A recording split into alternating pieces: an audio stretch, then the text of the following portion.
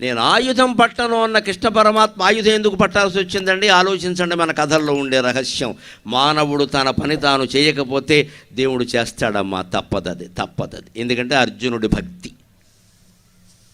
మనం ఎవ్వరమైనా సరే మన పని మనం చెయ్యాలి. దేవుడి మీద భారం వేసి కూర్చోకూడదు. గాలిలో దీపం పెట్టి దేవుడిది భారం అంటే కుదరదు. దీపం ఆరిపోకుండా ఉండే ఏర్పాటు మనం చెయ్యాలి. అప్పటికే ఆరిపోతే అది వేరే విషయం. మనమే కావాలని ఇటువంటి చోట దీపం పెట్టేసి ఏమిటో సభ మొదలు పెట్టగానే దీపం నీ బుద్ధి ఆరిపోయింది, దీపం ఆరిపోలేదు. ఇక్కడ ఇలాంటి గాలిలో దీపం పెడతావా? బుద్ధి ఉందా? నీ బుద్ధి ఆరిపోయింది. సెంటిమెంట్లు మనకు ఎంతసేపు? పొట్టెడుతుంటే కింద రాలిపోయింది, ఇంట్లోంచి చేతిలోంచి హారతి ఏం పర్వాలేదు, తీసుకో పైకి, ఇప్పుడు కొంపలేమట్టుకో. ఇక్కడ ఈ సెంటిమెంట్లు పెంచి ఏడిపించకూడదండి జనాన్ని. ఏం జారిపోయినా ఏం పర్వాలా, కుంకంబరని జారిపోయింది, సరిగ్గా పట్టుకోకపోతే జారిపోతుంది, దగ్గర నుంచి పట్టుకో అంతే. శుక్రవారం కూడా కుంకం రావడానికి శుక్రవారం ఏంటి, వక్రవారం ఏంటి, ఏ వారమైనా ఒకటే.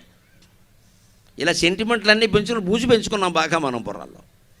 ఏది జారినా కేవలం జారింది, సరి చేసుకుంటే సరిపోతుంది. దానివల్ల ఏమీ కాదు. నేను మొహమాటం లేకుండా చెబుతున్నా, ఈ పిచ్చి నమ్మకాలు వదిలిపెట్టండి. బుద్ధి జారిపోకుండా చూసుకోండి దయచేసి. కుంకంబరిని పసుపు జారిపోతే పెద్ద ప్రమాదం లేదండి. మనం దిగజారిపోకూడదమ్మా, మనం దిగజారిపోకూడదు.